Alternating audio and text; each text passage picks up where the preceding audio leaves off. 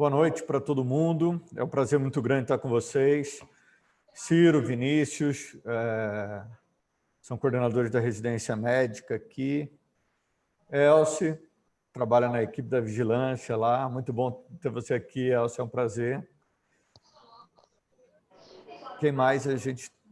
Um abraço aí a todos os residentes que estão aqui, a Vera K, a Dinastia Ranzi, ao Roberto Raposo, o Super Roberto Raposo, que divide a coordenação desse projeto aqui comigo.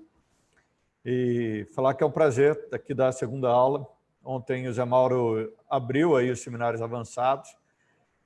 E hoje, como os residentes estão no modo metodologia, coube a mim dar uma aula sobre tipo de estudos epidemiológicos. Está bem na moda essa questão dos tipos de estudo agora.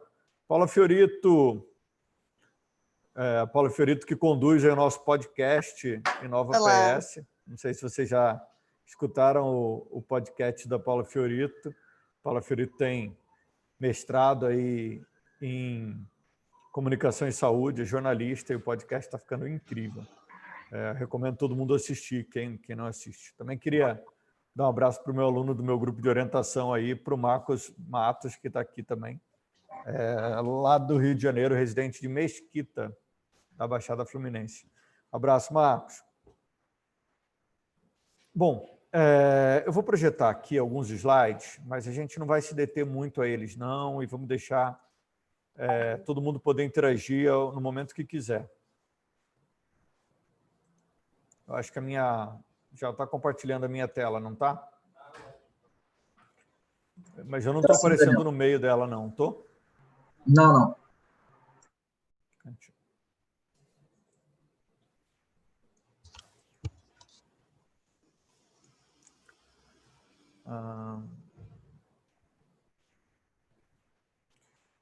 Eu estou tendo que admitir as pessoas na sala.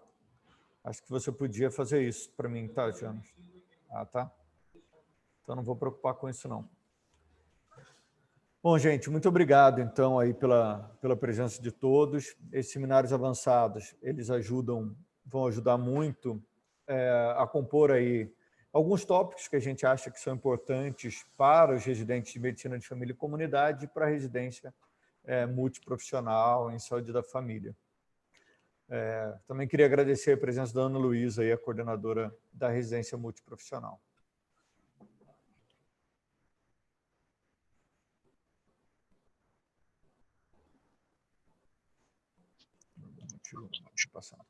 Bom, o que a gente vai falar e qual que é o objetivo dessa aula? É apresentar como a gente desenha pesquisas clínicas que possam ajudar a gente a tomar decisões na área da saúde. Então, como que a gente desenha uma pesquisa, seja ela de caráter social, mas principalmente das pesquisas de caráter epidemiológico, como é que elas são feitas. Então, a gente vai falar aqui um pouquinho de pesquisas tipo inquérito ou survey, que são pesquisas igual acontece a pesquisa para eleição, que pergunta para as pessoas, num período do tempo, o que elas, em qual candidato elas vão votar. Ou, por exemplo, qual a opinião delas em relação a determinado serviço de saúde. Depois a gente vai falar um pouquinho de pesquisas longitudinais, que acontecem ao longo do tempo, que são pesquisas do tipo coorte e do tipo caso-controle. E depois a gente vai falar de um tipo de pesquisa que está muito na moda, que são pesquisas com intervenção. Então, por exemplo, quando eu quero testar uma vacina, ou a vacina para Covid, ou quando eu quero testar algum medicamento, a hidroxicloroquina, como é que eu monto essas pesquisas de intervenção, que a gente chama, na maioria das vezes, de ensaio clínico. Tá bom? Vamos falar desse primeiro tipo de pesquisa aqui, que é as pesquisas...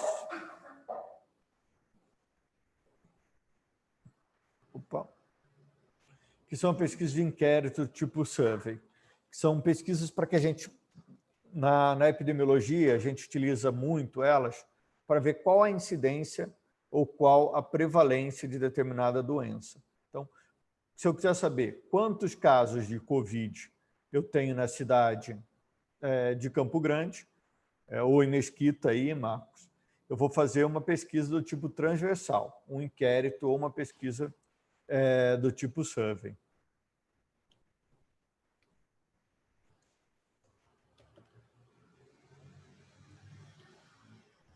Então, qual a duração dessa doença, qual o tratamento que ela acontece, como é que isso se comporta.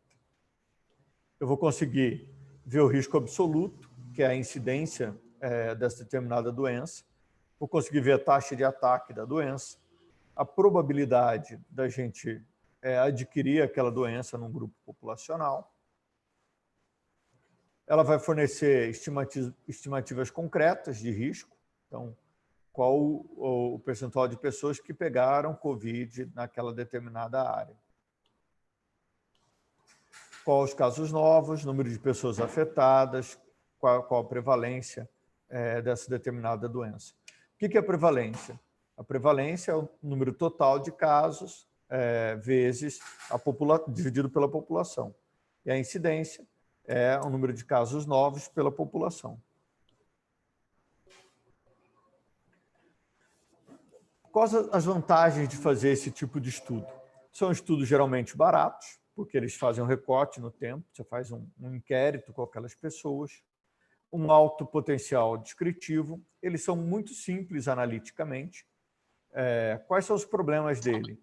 Eles são muito vulneráveis a ter erros, a ter vieses de análise, baixo poder analítico, as formas de análise disponíveis, comparação entre os indicadores de saúde e testagem de significância estatística. Vamos dar um exemplo de uma pesquisa de opinião daqui, que foi realizada pelo Otix, aqui pelo Jonas, pelo Luiz Felipe, aqui na região de Campo Grande. Então, muitas pessoas responderam essa pesquisa nas unidades de saúde, e ela é uma pesquisa transversal, é um inquérito. Em um determinado momento, as pessoas respondem qual a opinião delas em relação aos serviços de saúde da CESAL. Então, você é plantonista em alguma unidade de saúde da CESAL? Essa era uma das perguntas. E aqui tem um gráfico do tipo polar. Amanhã o professor Luiz Felipe Pinto vai falar de tipo de gráfico, de tipo de representação gráfica. Então, esse aqui é um gráfico super importante, onde a gente consegue ver qual o percentual das pessoas que responderam essa pesquisa eram médicos, por exemplo. 60% delas, em um determinado tempo, respondia que ela era médica. A outra, técnico de enfermagem, outros profissionais de nível superior, agentes de combate a endemias, agentes comunitários de saúde. Outra pergunta, informações sobre a CESAL. As informações sobre a CESAL são transmitidas aos funcionários com clareza, rapidez e segurança? Então, essa era outra pesquisa que tinha nesse questionário, dessa pesquisa do tipo transversal. Então, 60% dos médicos acham que nunca as informações da CESAL são transmitidas com rapidez e segurança. Sempre, mais ou menos 50%, não, um pouco mais de 60%, dizem que sempre as informações sobre a CESAL são transmitidas com clareza e segurança.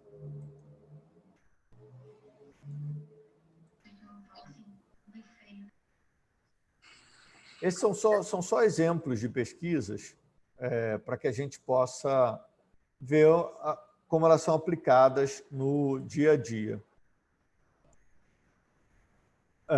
Outra pergunta que estava no questionário desse inquérito. Conheço e me atualizo através dos canais e formas de comunicação que os gerentes e diretores utilizam para disseminar informações sobre as estratégias, os projetos e resultados da CESAL. E aí, nesse gráfico polar, a gente pode ver que os técnicos de enfermagem, quase que 80%, sempre ou quase sempre conhecem os canais e formas de comunicação dos gerentes. Essa aqui é outro exemplo de pesquisa que a gente desenvolve aqui em Campo Grande, no laboratório. Todas essas pesquisas estão detalhadas no site do Lab Nova PS e também estão detalhadas no próprio... Ih, ganhei um chazinho aqui. Muito obrigado, hein, Diana? No site do Lab Nova PS e também estão disponíveis no site do Otix Campo Grande, aqui que todo mundo tem acesso, o acesso é aberto. Então, se vocês quiserem e se interessarem em olhar um pouco mais dessa pesquisa, ela vai estar disponível aqui para vocês. Então, aqui é um exemplo desse questionário que foi aplicado nos pacientes aqui de Campo Grande, para ver o que eles acham sobre os atributos da atenção primária. Todos os residentes já tiveram aula sobre atributos da atenção primária. Você pode ver que aqui nesse gráfico polar os atributos estão distribuídos aqui em volta do gráfico. E aqui a amostra, o total de pessoas que foram entrevistadas nessa pesquisa. Está aparecendo nesse gráfico aqui. Aqui a gente só consegue ver o percentual. Jonas, você sabe qual foi o total? Qual foi essa amostra total? 718. Vê a informação aí para a gente. Normalmente, no título do gráfico, a gente tem qual o número de pessoas que responderam, qual foi o N que respondeu sobre essa pesquisa. Como esse gráfico aqui ele é um recorte da apresentação, eu peguei os primeiros slides dela, está explicando como é que foi construída o plano de amostragem desses profissionais que foram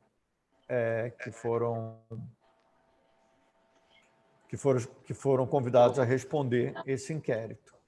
Então, preste atenção, que olha essa pesquisa como ela é um recorte no tempo. Amanhã, depois da residência mais consolidada, depois do trabalho mais consolidado, certamente a questão da abordagem comunitária, que aqui tem um score muito baixo, ela vai crescer. Acesse o primeiro contato, que tem um score menos de 4 na clínica da família, na UBS, com a formação melhor, com a evolução da formação dos médicos, do enfermeiro, a tendência é que ela melhore. Então, essa pesquisa ela tem uma vantagem de ser simples de fazer, que eu aplico um questionário para as pessoas, gero um score e consigo apresentar isso rapidamente para as pessoas. Ao longo do tempo, essa informação ela vai mudando e ela deixa de ser uma informação transversal e ela vai virar uma informação longitudinal. E isso vai fazer muita diferença quando eu faço uma análise de hoje, diferente vai ser da análise daqui a 1 mês, 2 meses, 3 meses. Não é isso, Felipe? O Felipe está aí, o Felipe que conduziu essa pesquisa aqui. Sim, sim. Esse resultado desse gráfico era um gráfico preliminar. No final foram o Felipe entra aí depois, se quiser, à vontade. 718 pessoas que responderam. Bom, aqui a gente vê essa mesma apresentação, só que em forma de tabela. Na aula de amanhã, o Felipe vai falar um pouquinho dessa construção de gráfico, dessa construção das tabelas, como é que elas são feitas. Então, por exemplo, aqui a gente pode ver que na clínica da família, a acessibilidade tinha uma média aí de um score média de 3,5. Na UBS, 3,3. Na unidade de saúde da família, de 3,3. Nas UBS tradicionais, de 3,2. E assim por diante. Então, é só um exemplo aqui de pesquisa transversal. Se vocês quiserem olhar com mais detalhes, recomendo entrar aí lá na página do Otix Campo Grande. Vamos sair agora da pesquisa transversal para uma pesquisa longitudinal, um estudo que é feito ao longo do tempo. Então, uma abordagem epidemiológica bem clássica, que é utilizada para várias coisas no dia a dia da construção do conhecimento epidemiológico. Qual a vantagem de eu ter uma pesquisa do tipo cohort, do tipo longitudinal? Ela vai produzir medidas diretas de risco. O mouse aparece quando eu estou mexendo na tela? Sim, né? Sim. Aparece, né? Não consigo ver. Parece sim, Daniel.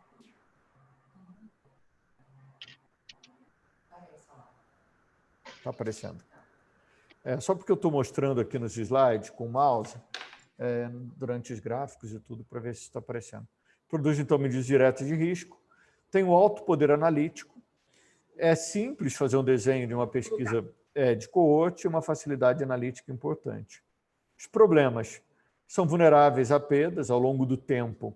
As pessoas que normalmente são estudadas, elas podem sair, morrer, se mudar, deixar de querer participar da pesquisa. Então, a pesquisa começa com o número de pessoas, ela pode ir diminuindo ao longo do tempo. Ele é inadequado para doenças de baixa frequência. Então, se eu pego um grupo populacional e eu quero estudar uma doença muito pouco prevalente, esse grupo populacional pode ser que essa doença não apareça. E aí pode ser que seja um desenho ruim de escolha, se eu quiser fazer isso. Se eu quiser, numa equipe de saúde da família, estudar numa determinada faixa etária, os hipertensos e diabéticos, é muito bom eu fazer isso com um cohort, porque eu vou ter um número grande de hipertensos e diabéticos. Agora, o cohort nem sempre é bom para utilizar, para fazer, se eu quiser utilizar uma doença rara, por exemplo. Ele também é um pouco caro, porque eu tenho que acompanhar essas pessoas ao longo do tempo. Bom, forma de análise disponível para o cohort, eu consigo atribuir o risco relativo para cada doença e também o risco atribuível. O que é importante quando eu vou escolher o tipo de estudo? É importante que eu defina qual a minha pergunta, como eu vou selecionar, o que eu quero saber, qual a pergunta que eu quero saber. Quero saber como acontecem, por exemplo, infartos nos pacientes hipertensos. Então, a minha pergunta é, num grupo populacional, a hipertensão, ela tem capacidade maior dos pacientes hipertensos, ela é um fator de risco para os pacientes hipertensos terem infarto. Vou voltar aqui.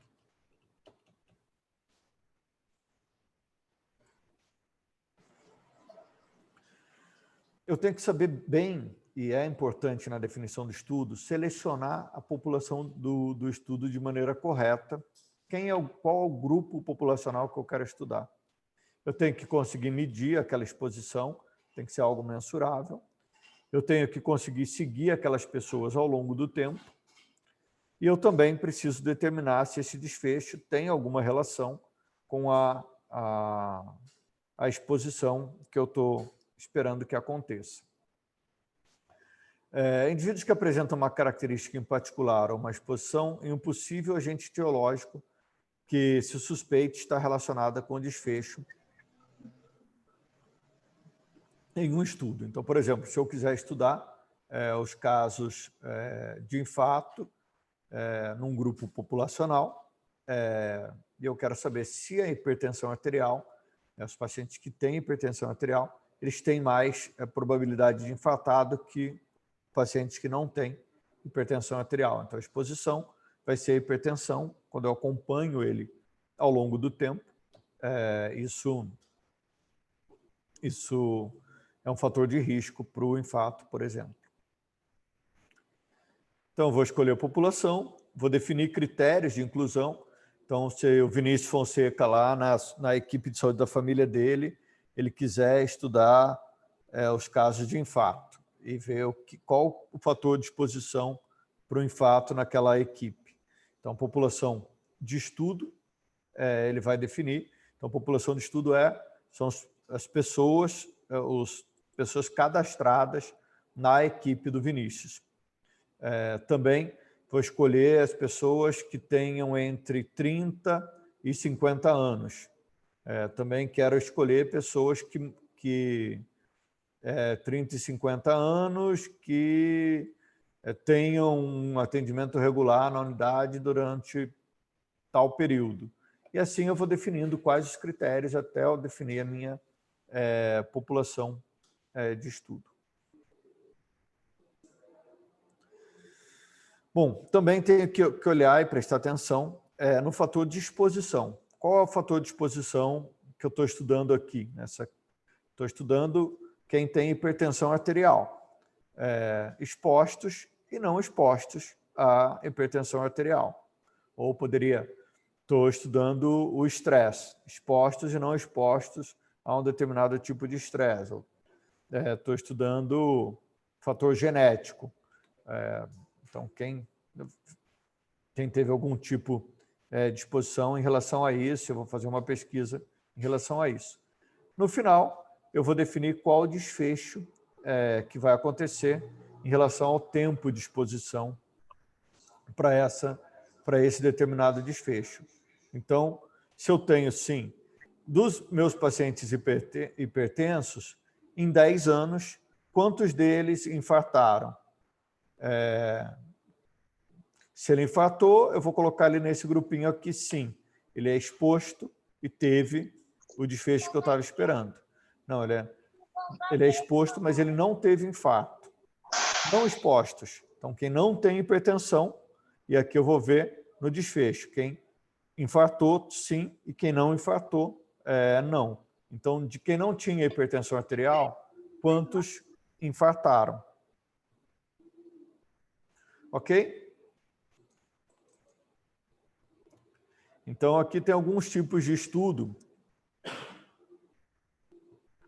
que depois, se vocês quiserem olhar, são estudos meio que clássicos, um score clássico aí para ver risco cardiovascular, investigar o aumento de várias doenças cardiovasculares e testar múltiplas hipóteses. Então, amostra de adultos de uma cidade pequena, então eu escolho uma cidade qualquer, ou uma equipe de saúde da família. Aqui, esse autor escolheu fazer com uma cidade pequena, e eu vou ver maior variação dos níveis de exposição que podem gerar benefícios ou riscos para a doença cardiovascular. Estimativa de prevalência e incidência da tendência temporal em relação às doenças cardiovasculares. Outra coisa, em Hiroshima, por exemplo, é um estudo bem clássico, investigar as consequências da exposição à radiação. Então, sobreviventes selecionados da exposição única e instantânea. Então, quem foi exposto à radiação em Hiroshima, viabilizar e investigar os efeitos da exposição rara, dessa exposição na população. Investigar as associações entre tabagismo e câncer de pulmão. Então, pega um grupo específico, que pode ser de uma equipe de saúde da família, que são médicos de atenção primária do Reino Unido, facilidade de segmento da exposição com questionários periódicos de desfecho. O melhor local para você fazer esse tipo de estudo são as equipes de saúde da família. A maioria dos países do mundo fazem isso na atenção primária. Muitos estudos de acompanhamento e de coorte em equipes de atenção primárias treinadas que fazem isso. Inclusive, isso é uma fonte de financiamento importante aí no mundo para várias equipes de saúde da família e aí que trabalham com essa metodologia. Bom, vai aqui alguns outros exemplos aí. Então, associação entre peso ao nascer e mortalidade neonatal. As crianças que nascem com baixo peso, com menos de 2,5 kg, elas têm mais chance de vir a falecer? Elas têm mais chance de falecer? Sim ou não? E aí, pode-se calcular isso a partir dos estudos de coorte. Vantagens, então. Informação detalhada sobre a exposição e os fatores de confusão fornecidos pelos próprios participantes da pesquisa. Qual o problema do estudo de coorte? Às vezes ele é super demorado para olhar quem infartou ao longo do tempo, quem teve hipertensão, pode demorar para caramba. Então, nem sempre o Vinícius vai ser médico dessa equipe de saúde da família por 10 anos. A gente espera que seja, mas nem sempre vai ser. Então, às vezes troca equipe, tem um monte de encrencas que podem acontecer aí ao longo do tempo. Problemas. Às vezes ele demora e é muito caro. No coorte, então, o esquema é esse aqui. População, expostos, não expostos, tempo, desfecho. Peso ao nascer e o desfecho vai ser mortalidade neonatal. Então, qual o fator de exposição? O baixo peso. É claro que eu não preciso trabalhar só com baixo peso, eu posso trabalhar com múltiplos fatores de exposição e olhar o desfecho no final, se esses múltiplos fatores de exposição podem ter fatores de exposição que protejam e podem ter fatores de exposição que causem aquele desfecho, aquele determinado desfecho. Então, por exemplo, alguém pode dar um exemplo para mim de algum fator de exposição que previna doença cardiovascular? Marcos, você consegue aí?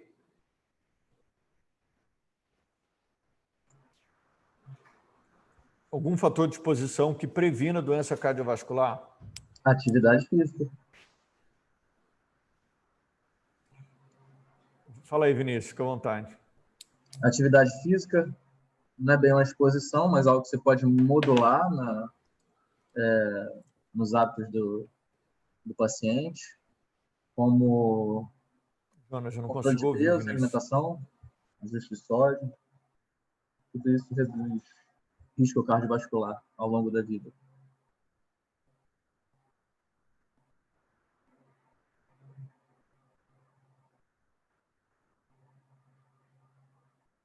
Daniel, acho que o áudio está cortado.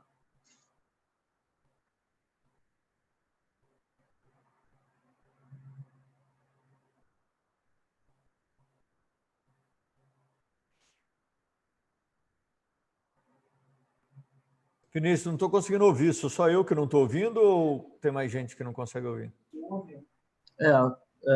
Ciro está aqui do lado, tá conseguindo, tá saindo no áudio dele também. Eu estou ouvindo. Ouço bem o Vinícius. Só você que não está ouvindo, todo mundo está ouvindo. Deixa eu ver aqui. Enquanto isso, a gente vai falando aí do chat. Pronto. Enquanto corrigimos os problemas técnicos. O Marcos tinha citado também atividade física, Rejane, mudança de hábito alimentar. E o pessoal sinalizando que está ouvindo legal. Vamos só aguardar um pouquinho, gente, enquanto a gente ajusta aqui algum probleminha técnico. Ontem aconteceu também. Eu fiquei um tempão sem conseguir me comunicar direto. Já estou ouvindo bem, já. Tô? Perfeito.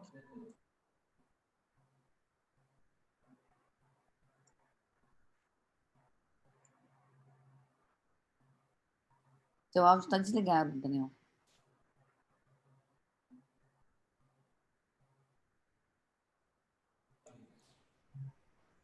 Pode falar, Vinícius, estamos te ouvindo.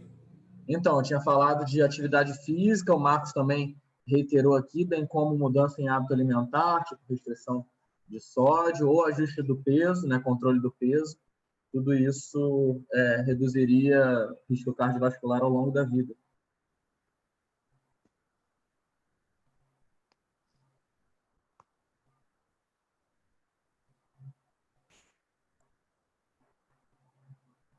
Matheus complementou aqui, muito bem colocado também, cessação do tabagismo também reduz risco cardiovascular.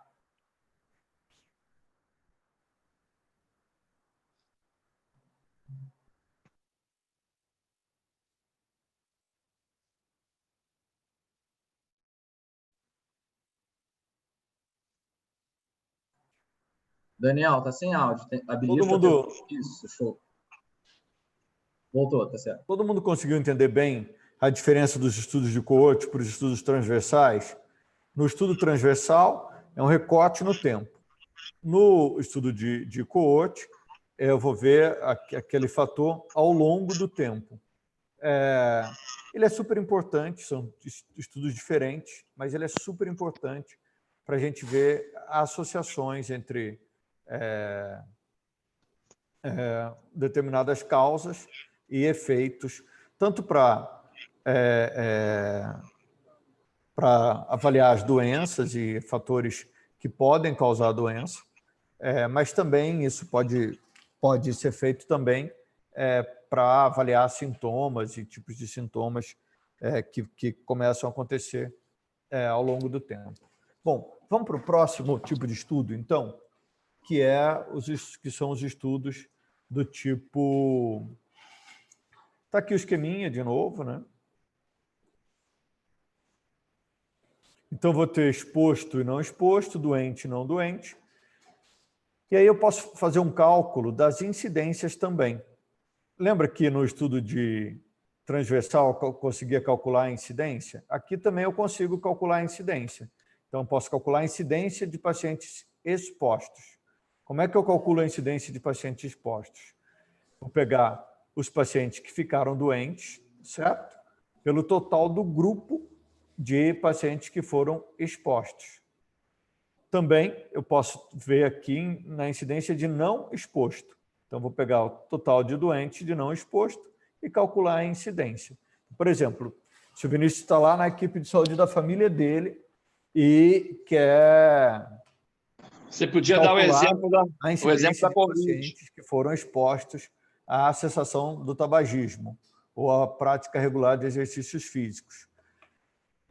Então, incidência de pacientes que praticam exercícios físicos, de infarto em pacientes que praticam exercícios físicos regulares, a gente espera que ela seja menor do que quem não pratica exercício físico regular, diferente dos pacientes que têm hipertensão arterial, que provavelmente vão ter uma incidência de infarto maior do que os pacientes ou doença coronariana, do que os pacientes dos pacientes não expostos. Beleza? Vamos lá. A divisão entre essas incidências, a gente vai conseguir calcular o risco relativo. Então, vamos ver aqui na prática como é que se faz isso? Então, na prática, eu consigo ver aqui a letra A. O que é a letra A? Sempre os estudos epidemiológicos, a gente sempre vai tentar fazer um plano de análise simples. É claro que na epidemiologia isso é muito mais complexo no dia a dia, mas grandes estudos e os principais estudos que foram feitos até os dias de hoje, as análises são feitas numa tabelinha muito parecida com essa que a gente está vendo aqui. Então, se pegar grandes estudos de coorte no mundo, essas tabelinhas são clássicas. É claro que muitas vezes eles associam diversos fatores de exposição e fazem uma análise diferente, uma análise multinível. Mas a gente não vai entrar com isso agora. Vera, tá me ouvindo agora? Vera colocando, estou sem som. Está ouvindo, né, Jonas? Bom, então, o que é a letra A aqui? Eu vou ter aqui na exposição, sim e não, doença, sim e não. Então, por exemplo, naquela exposição que a gente estava vendo de baixo peso. Então, aqui, crianças que faleceram ou que faleceram com quem teve baixo peso. Então, ela foi exposta e ela teve aquele desfecho. Então, ou, por exemplo, se a doença aqui for insuficiência coronariana ou infarto, exposição, cessação do tabagismo ou prática de exercício físico. Então, na letra A, pessoas expostas e que adoeceram. Na letra B, eu vou ter número de pessoas que foram expostas e que não adoeceram. Na letra C, o número de pessoas que foram expostas e o fator que adoeceram. Na letra D, o número de pessoas expostas ao fator que não adoeceram. A mais C, então, é o total de número de pessoas que adoeceram, certo? A mais C pessoas que ficaram doentes, sim. B mais D, número de pessoas que não adoeceram. A mais B, pessoas que foram expostas ao fator. C mais D, não expostas ao fator. E o N aqui, esse Nzão aqui é o número de pessoas que eu estou observando, número de pessoas do meu estudo. Então, vamos lá, vamos ver se tem associação entre câncer de próstata e fumante. Então, qual que é a incidência de expostos? Eu tenho 70 dividido por 490. A incidência não é os casos dividido pelo total da população? 70 dividido por 490 vezes 100. Essa é a minha incidência de expostos, tá certo? Sim, 490 vezes 100. A incidência, então, vai ser 14,3% das pessoas que fumam têm câncer de próstata. O fumo é um problema para quem tem câncer de próstata? Sim, né? Então, vamos lá. Incidência de não expostos vai ser 10, certo? Que não fumantes, dividido pelo total da população, 600, vezes 100.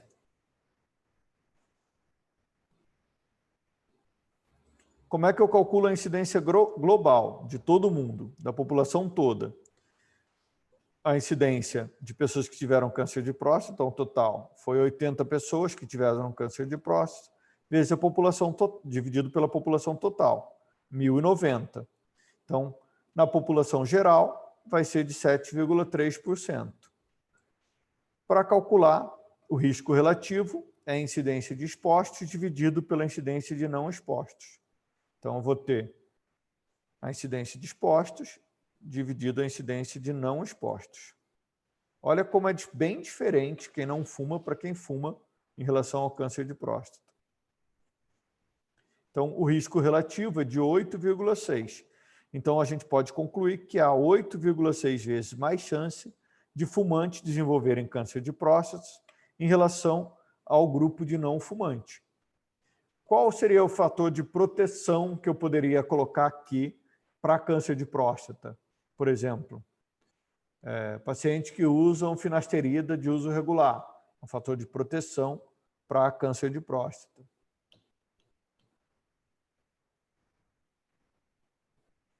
Então, eu posso atribuir, calcular o risco atribuível, que é a incidência de expostos, menos a incidência de não expostos,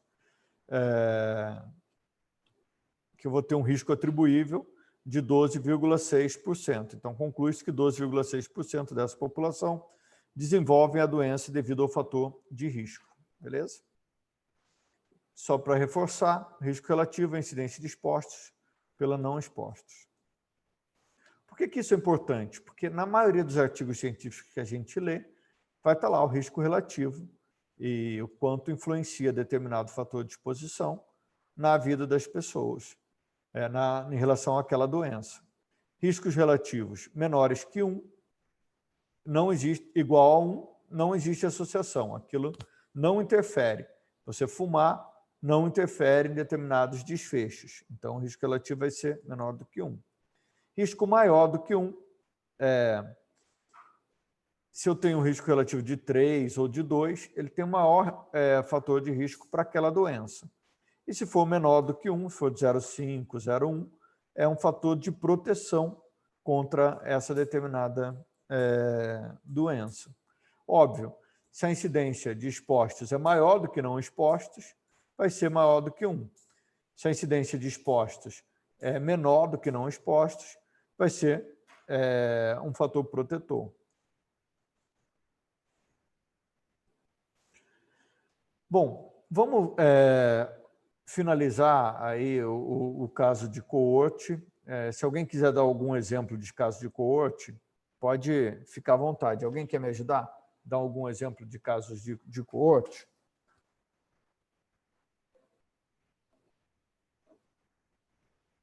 Quer dar algum exemplo aí, Vinícius, de coorte? Deixa eu abrir o áudio, que ontem eu me embananei com isso. Beleza. Qualquer estudo que eu queira olhar aquele fator de risco e o desfecho no final, ao longo do tempo, vai ser um estudo de coorte. Então, posso fazer isso com hipertensão e desfecho de hipertensão. Posso fazer com diabetes e hemoglobina glicada, por exemplo, com complicações da diabetes. Ou posso fazer com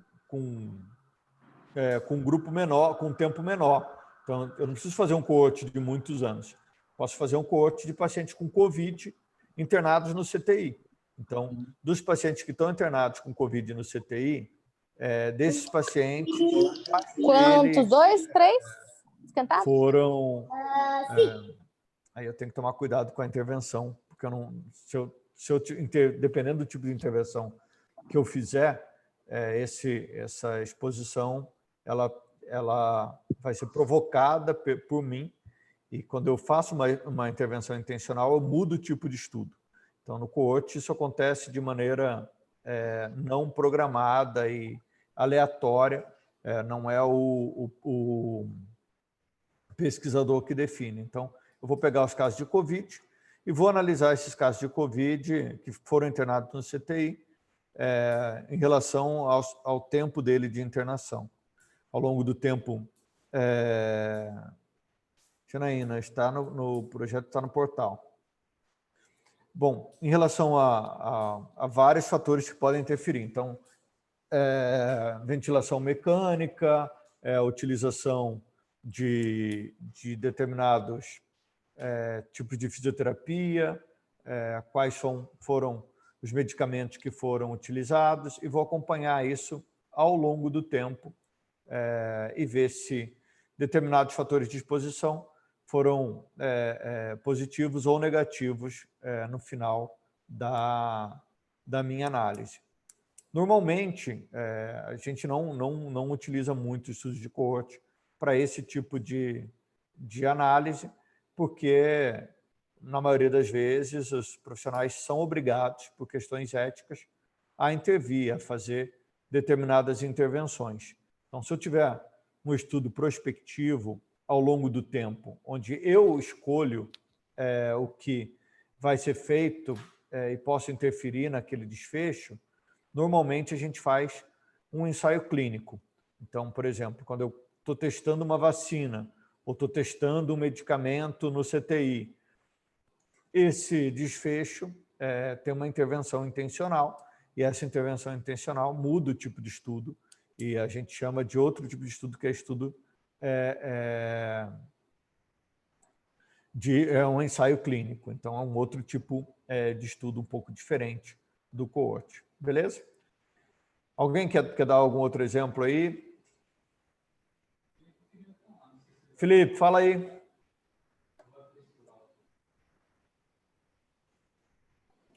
Beleza, vamos finalizar, então, e depois o Felipe entra aí dando algumas sugestões. Bom, agora a gente vai ver outro tipo de estudo, que são os estudos de caso-controle. Qual que é a diferença do caso-controle? Ele é um coorte retrospectivo. Então, o estudo se inicia com a seleção de um grupo de pessoas portadoras de uma doença... Oi, Daniel, me ouve? Uma condição específica. Fala, Felipe. Não, porque eu estava tentando falar, mas eu acho que me cortaram. Boa noite, todo mundo aí. Então, um exemplo seria a PNAD Covid do IBGE, que são várias amostras transversais que podem ser transformadas, porque eles acompanham a mesma pessoa do domicílio num coorte também. A pessoa, por exemplo, a exposição, na minha opinião, poderia ter teve ou não sintoma julgado associado. Isso aqui está ligado. Internou ou não internou, por exemplo. É um exemplo, não é? Sim, um ótimo exemplo. Entendeu? Assim, vários estudos, né, que a gente pode fazer, o pareamento pessoa a pessoa, né, no caso, permite isso.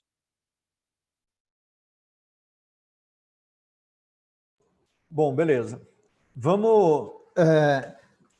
só vale uma atenção especial a isso que o Felipe falou. A PNAB Covid, ela acompanha a mesma pessoa ao longo do tempo. Se eu acompanho a mesma pessoa, minha população é a mesma ao longo do tempo, eu tenho um estudo do tipo cohort. Ele vai ser diferente se eu estiver acompanhando uma população, uma cidade, que não são as mesmas pessoas, mas aquele grupo populacional ao longo do tempo, ele muda o estilo de pesquisa e ele vira um estudo de séries temporais e coisa. A PNAB Covid ela tem essa vantagem, ela acompanha aquela mesma pessoa, né, Felipe, ao longo do tempo, né? Sim, sim. E ela trabalha com o conceito de semana epidemiológica, que permite correlacionar os dados com outros dados do Ministério da Saúde, por exemplo.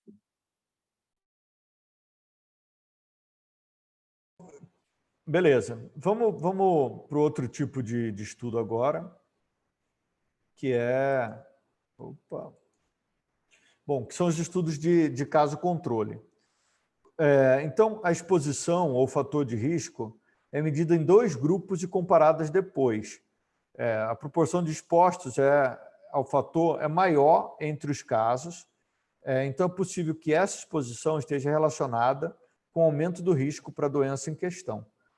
Os estudos de caso controle são parecidos com o cohort, mas eles são retrospectivos. Então, eu escolho a minha população a partir do desfecho, que é o estudo porque ele é mais barato de ser feito do que o cohort, ele precisa de menos tempo.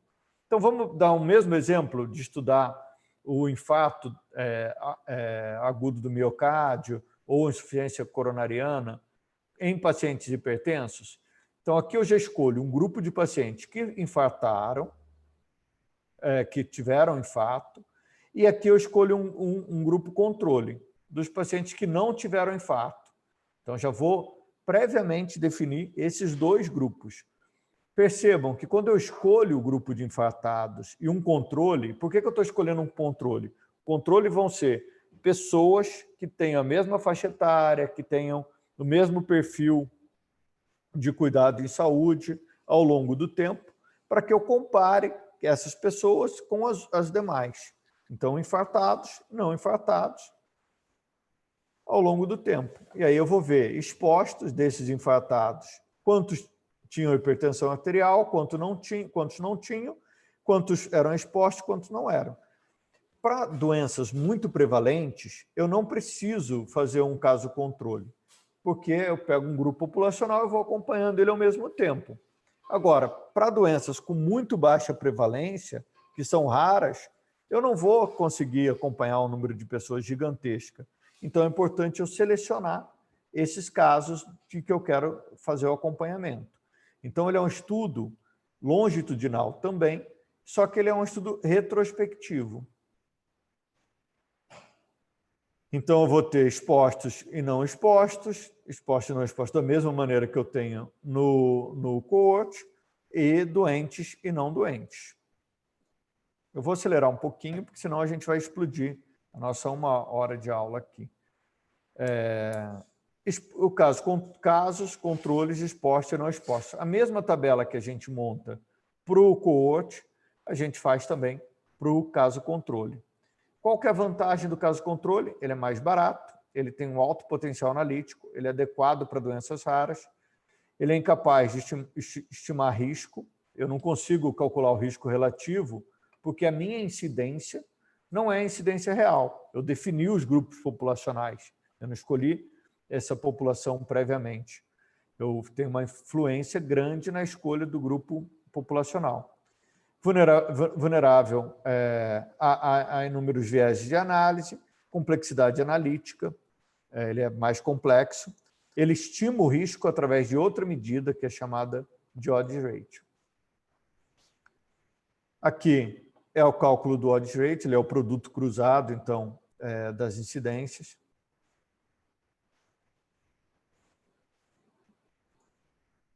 E aqui a gente tem como acontece esse acompanhamento no cohort ao longo do tempo, de 10, 20 anos. Só que se eu fizer esse mesmo acompanhamento de trás para frente, no caso controle, eu já pego o resultado final e acompanho retrospectivamente.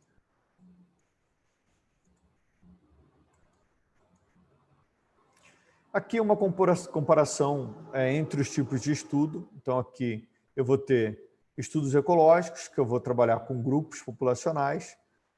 Quando eu trabalho com o indivíduo, eu posso ter estudos transversais ou inquéritos, estudos de caso-controle e estudos de coorte. Vantagens e desvantagens em relação a cada um desses estudos.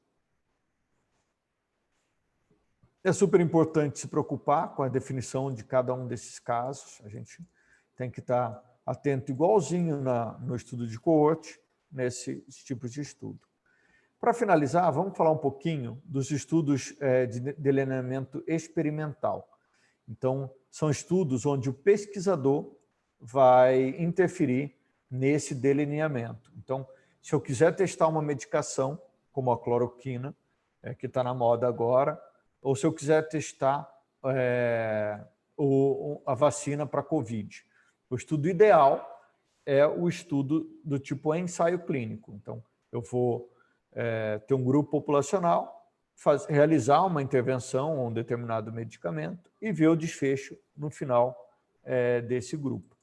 Nas vacinas, isso é um clássico. Então, aplica um grupo de pessoas vão tomar vacina, um outro grupo de pessoas vão tomar um placebo. Tem que, obviamente, se escolher de maneira aleatória quem vai estar num grupo e no outro grupo. Eu não posso escolher as pessoas para não ter nenhum viés de alocação. Então, se eu escolher as pessoas que eu vou vacinar, muitas vezes eu posso, com a vacina e não com o placebo, posso estar induzindo aí um resultado errado daquela pesquisa que eu estou fazendo.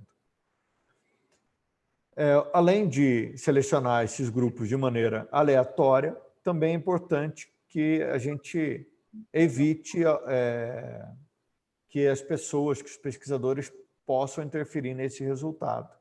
Então, é importante que o paciente, então, se eu tenho um cigamento, eu só não vou contar para o paciente se ele tomou vacina ou se ele tomou placebo. Eu vou ter um duplo cego, em que nem o paciente, nem a equipe que está aplicando a vacina sabe se é a vacina ou não. Ou posso fazer um triplo cego, que nem o paciente, nem a equipe de campo, nem quem está fazendo a análise dos dados sabe o resultado no final. E só depois, na hora dos resultados, é que a gente abre qual era o grupo de pessoas que tomaram a vacina, quais que não tomaram a vacina. O cegamento é quase sempre vantajoso, mas não é essencial, às vezes não dá para fazer. Então, por exemplo, se eu tenho um medicamento que tem uma cor específica ou que dá uma reação específica, nem sempre a gente consegue fazer isso. Ou algumas questões éticas também, não dá para fazer isso. Aqui, antes de fechar a aula, eu queria dar um exemplo como essas pesquisas conseguem influenciar para que a gente possa avançar no tratamento médico ou avançar na medicina. Então, esse aqui é um estudo simples de coorte, onde a gente acompanha os pacientes ao longo do tempo em relação aos exames que eles fazem. E esse estudo aqui mostrou ou conseguiram produzir esse gráfico a partir desse estudo. Então, nos pacientes, num grupo de pacientes, foi analisado quando eles começam a apresentar a sua imunoglobulina M ou IgM começa a aparecer no exame. Então, a gente percebe que um grupo desses pacientes começa a apresentar o IgM positivo a partir do segundo, terceiro dia. O IgM sobe, vai num pico lá no 10º dia e depois vem caindo. Aqui o IgG, para a COVID, a gente vê que a partir do 6º dia ele começa a subir e ele vai se mantendo estável aí depois do 10º dia. A mesma coisa a gente pode fazer para ver os sintomas. Então, no dia 0, obviamente, o início dos sintomas, e a gente percebe que a grande maioria dos pacientes para COVID vão melhorando a partir do 14º dia. A gente também pode olhar o RT-PCR, que vê se o paciente está transmitindo a doença ou não. Então, alguns pacientes começam a transmitir antes do 5º dia de apresentar os sintomas, tem essa faixa aqui de pacientes que são pré-sintomáticos, e ao longo do tempo, como é que está se comportando a sintomatologia, a transmissão da COVID por esse paciente, ou seja, por esse tipo de teste, que é o RT-PCR, a gente consegue ver se o paciente está soltando o vírus no ambiente ou não.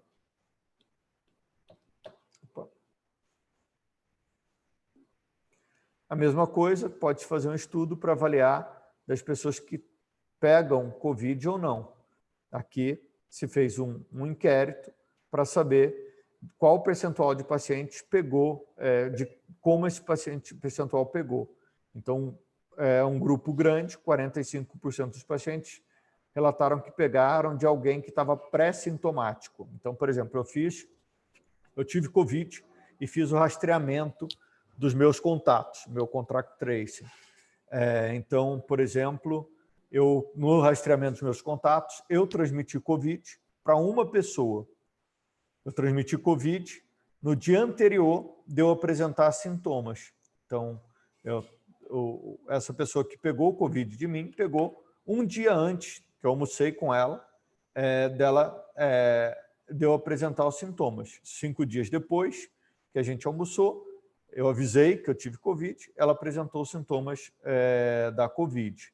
Então, nesse inquérito, viu que um número 45% das pessoas pegou o COVID de uma pessoa que era pré-sintomática. 40% das pessoas disseram que pegaram COVID de sintomáticos e um percentual bem menor pegaram COVID no meio ambiente ou de outras pessoas assintomáticas, de pessoas que nunca apresentaram COVID, que eram assintomáticos. Bom, é isso, pessoal. Vamos abrir para as perguntas, para a gente não prorrogar muito. Acho que a gente completou 1 hora aqui, que era o tempo disponível aqui para que a gente pudesse fazer essa aula. Muito obrigado aí a presença de todo mundo. Vamos abrir para as perguntas rapidamente, deixar todo mundo à vontade aí para poder falar. Se alguém quiser fazer alguma observação também. Se o Felipe quiser, no final, fazer uma propaganda da aula dele de amanhã, também é bom.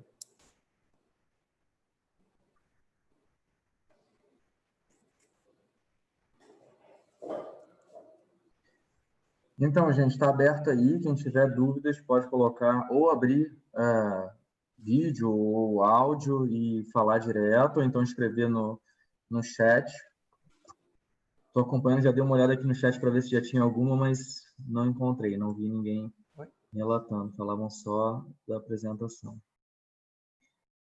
A aula vai ficar gravada, vai ficar disponível sim. Depois vão dar o link de acesso. Deixa eu ver uma nova mensagem. A coordenação da residência, acredito que seja a Ana Luísa, está parabenizando pela excelente apresentação, Daniel, e pedindo para lembrar os residentes e demais participantes de assinarem. Aí tem um link, como se fosse uma presença, que permite que a gente emita depois o certificado, né, de que presenciou, teve presente aí no seminário. Então, até lembrando, por favor, assinem, peçam aí. Josiane Dias. Bom, o OTIX vai produzir o certificado aqui para todo mundo, né, Vinícius? Perfeito. Eu acho que a gente pode encerrar passando só para o Felipe poder falar um pouquinho da aula de amanhã, como vai ser, o que ele está planejando. Se quiserem liberar a câmera. Está todo mundo aqui. Rapidinho, deixa eu só pedir aqui para o... deixa eu ver aqui. O Johnny que está no TIX. Estão pedindo o link de novo da lista e pedindo para dizer onde vai ficar o compartilhamento. Aí, enquanto o Felipe fala, amanhã, professor Luiz Felipe Pinto. Eu não estou conseguindo abrir meu vídeo, queria abrir, mas eu acho que eu fui censurado hoje, né? Está aberto, Felipe. Todo mundo Aberto agora. Tá me vendo? Bom, não sei. Porque eu não estou te vendo, então tá bom. Então tá, beleza. Não, fazer a propaganda vai ser nessa mesma toada, né, do Daniel, 1 hora de aula, bem objetiva, bem com exercícios, assim, exemplos bem objetivos da prática, do uso de dados, enfim, não percam amanhã, às 7 horas de Campo Grande. Perfeito. Então está feito aí o convite. O professor Luiz Felipe vai continuar com a sequência dos seminários. Deixa eu ver aqui, já colocaram o link do Forms aí para ter acesso ao certificado depois, né? Estão perguntando mais uma vez onde será compartilhado. Tá. O ID de acesso às aulas previstas, toda vez que tem o banner, no rodapé à direita tem a identificação da sala onde estão previstas os próximos seminários, as próximas aulas, tá? A gente está tentando colocar nos grupos, além do banner, o link para poder clicar, que fica mais fácil, né? Então, eu estou mandando uma mensagem anexa aí nos grupos dos residentes, no grupo dos preceptores, eu sei que a coordenação da MUT também está fazendo isso, nos grupos de supervisão e coordenação, então, para facilitar que todo mundo acesse. Então, assim, uns 15 minutos antes a gente está enviando, tá? Mas já tem em todos os banners de divulgação lá no Instagram, do Lab Nova PS e também da OTIX, aqui de Campo Grande, o bannerzinho com o professor, o palestrante do dia, e embaixo o ID da reunião do Zoom. Daniel, o Maurício é residente da MUT, está perguntando se dá tempo de fazer uma pergunta. Pode fazer, Maurício, manda ver. Vai lá, Maurício.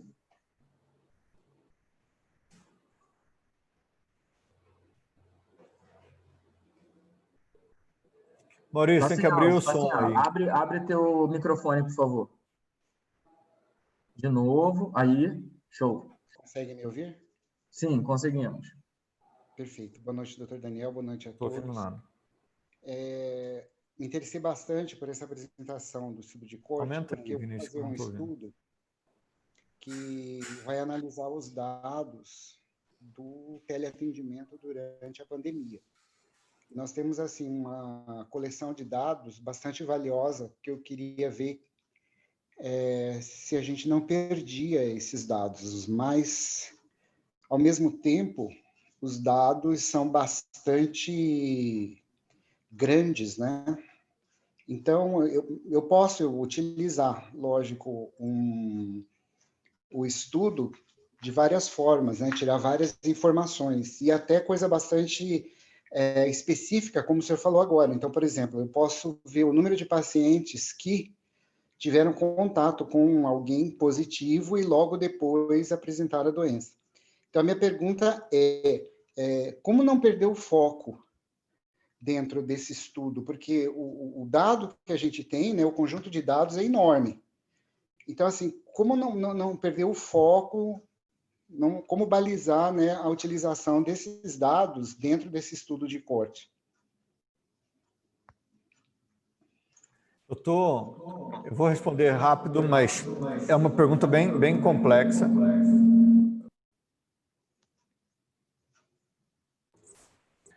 Alô? Desculpa.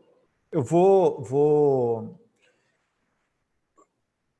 Em todo estudo, seja ele do que for, é super importante a pergunta da pesquisa que você está fazendo. O que eu quero investigar? O que eu estou querendo de fato saber?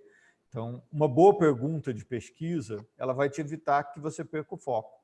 Então, por exemplo, eu quero saber qual o percentual de pacientes que tiveram COVID que tem febre. Qual o melhor tipo de estudo para fazer isso? Um estudo transversal. É melhor eu pegar um questionário ou pegar os prontuários daquelas pessoas e ver qual o percentual dessas pessoas que tiveram febre. Então, X pessoas tiveram febre nos 14 dias que elas ficaram doentes, e o percentual de pessoas que tiveram febre, a prevalência da febre na COVID, é de tanto. Ou dos sintomas. quero fazer a distribuição dos sintomas em relação ao Covid. Então, tantos por cento tiveram febre, tantos por cento tiveram tosse, tantos por cento tiveram falta de ar, num estudo transversal, num corte ao longo do tempo. Agora, eu quero saber qual o tempo de duração, ou eu quero avaliar qual medicamento eu tenho melhor resultado ou previne mortalidade para COVID. Então, eu vou pegar um grupo de pessoas e vou dar aquela medicação e comparar com outro grupo de pessoas que tiveram COVID que não tomaram a medicação. E comparar um com o outro. Se ela tiver um desfecho melhor com aquela medicação tem um efeito benéfico ali para aquela doença. Se ela tiver um efeito ruim, causar mais mal do que bem, eu também consigo ver. Então, sempre a boa formulação de uma pergunta de pesquisa vai fazer a diferença para que você não perca o foco. Eu recomendo vocês começarem com estudos transversais nas equipes de saúde da família de vocês. É muito fácil fazer um estudo transversal no Saúde da Família, que eu posso fazer com o meu prontuário eletrônico, posso fazer de maneira muito simples.